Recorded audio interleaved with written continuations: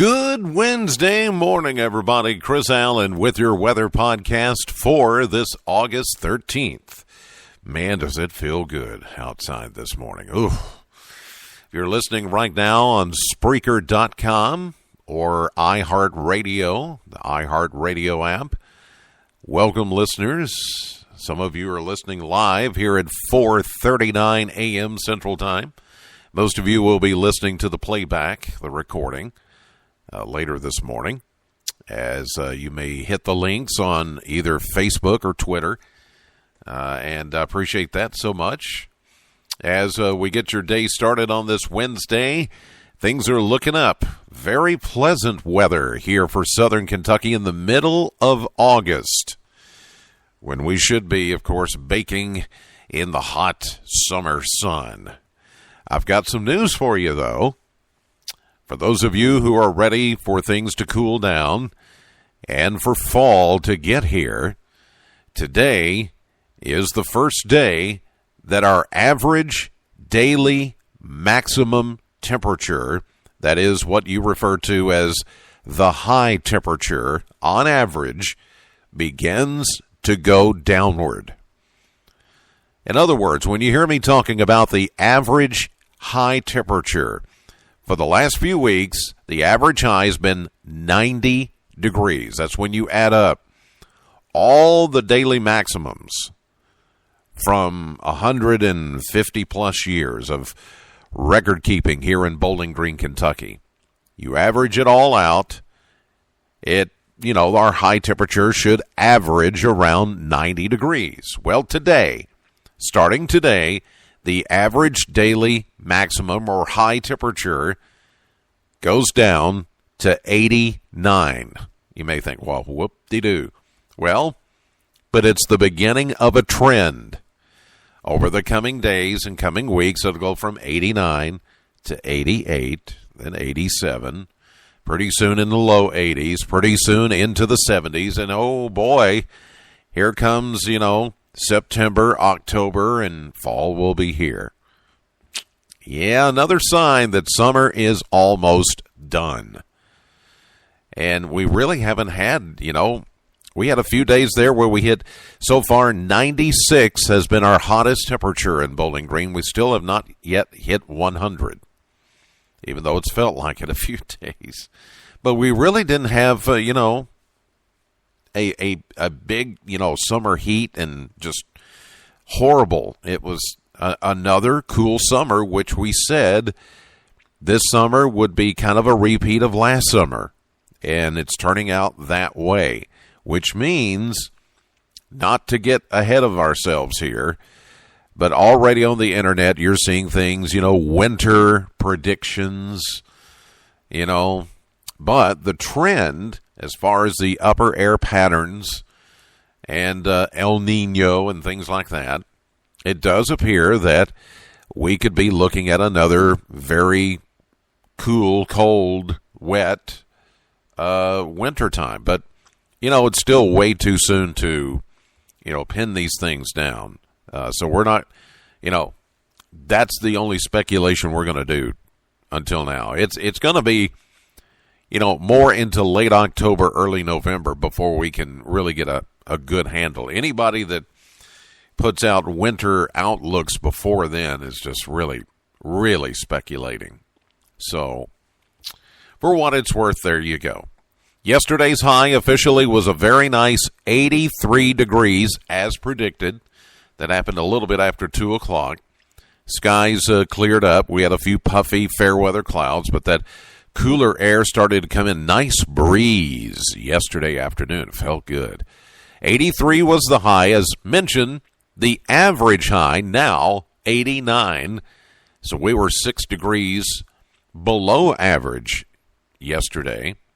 64 was our 24-hour low, 67 the average. So we were 3 degrees off there. And 1 year ago, we had a high of 84 and a low of 72 back in 2013. No rainfall past 24 hours, holding at 4.6 inches for the month, which puts us 3.42 over the monthly average. And year to date, we have a deficit of only, well, right at 2 inches below average. Not bad. Better than the 6 inches we were behind before the heavy rain over the weekend and on Monday. Today, high pressure overhead, sunny and pleasant. 81 with a north wind at 6. Ugh. Bonus weather for the middle of August. Clear, cool, and comfy again tonight, down to 55. Thursday, continued mostly sunny, warmer, little warmer, 85. 86 Friday. You'll start to feel a little more humidity coming back as we get into Saturday, mostly sunny, 89. Sunday, we'll see the first in a series of disturbances moving through the region.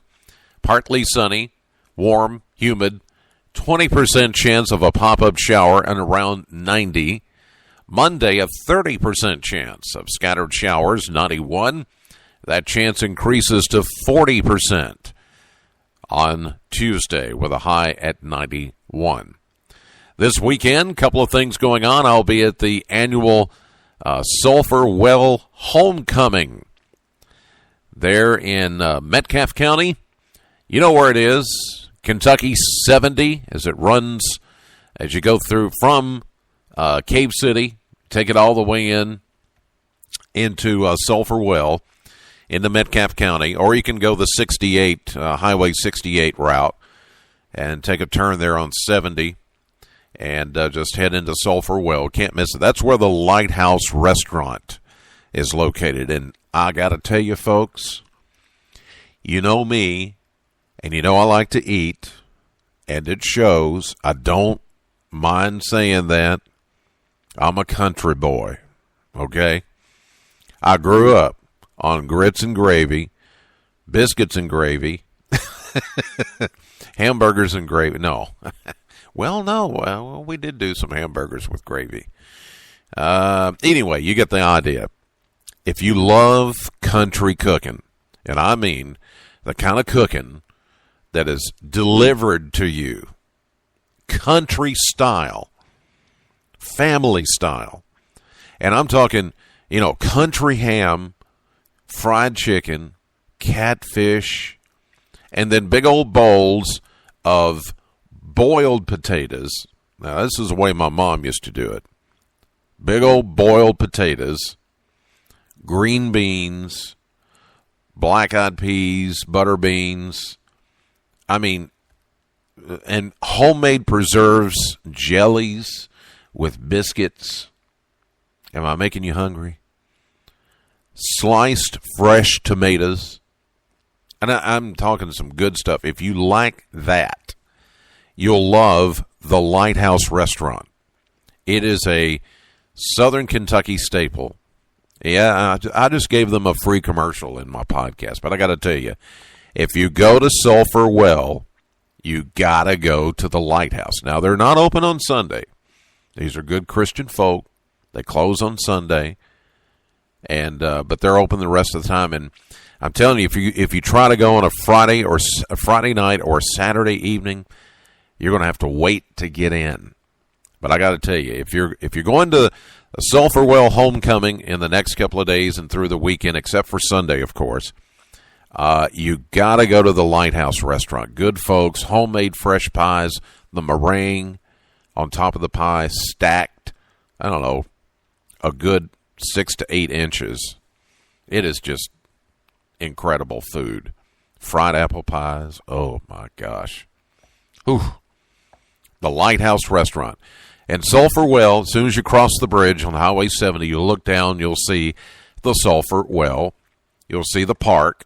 That's where I'll be doing the annual duck race on Sunday afternoon at 3. Sunday afternoon at 3. But as I mentioned, the Lighthouse is not open on Sunday, but across from the bridge there, across from the Sulphur Well Park, is the Lighthouse. It's got a little lighthouse on top. Restaurant. Good stuff. Also this weekend, the St. Jude Dream Home will be open once again. Saturday from 9 to 5, Sunday noon to 5. We had another big crowd last weekend, and About 125 people or so bought tickets. We're now down to less than 1,500 tickets left to win the home, to win the car, to win the washer-dryer set, to win all the $5,000 Ashley Furniture Home Store shopping spree. I mean, there's all kinds of stuff going on there.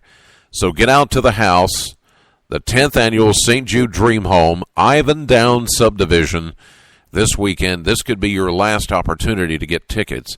And if you buy a ticket before midnight Sunday, you will qualify to win that $2,000 washer-dryer combination courtesy of Sun Products. Thank you, Sun, for making it happen for the kids of St. Jude.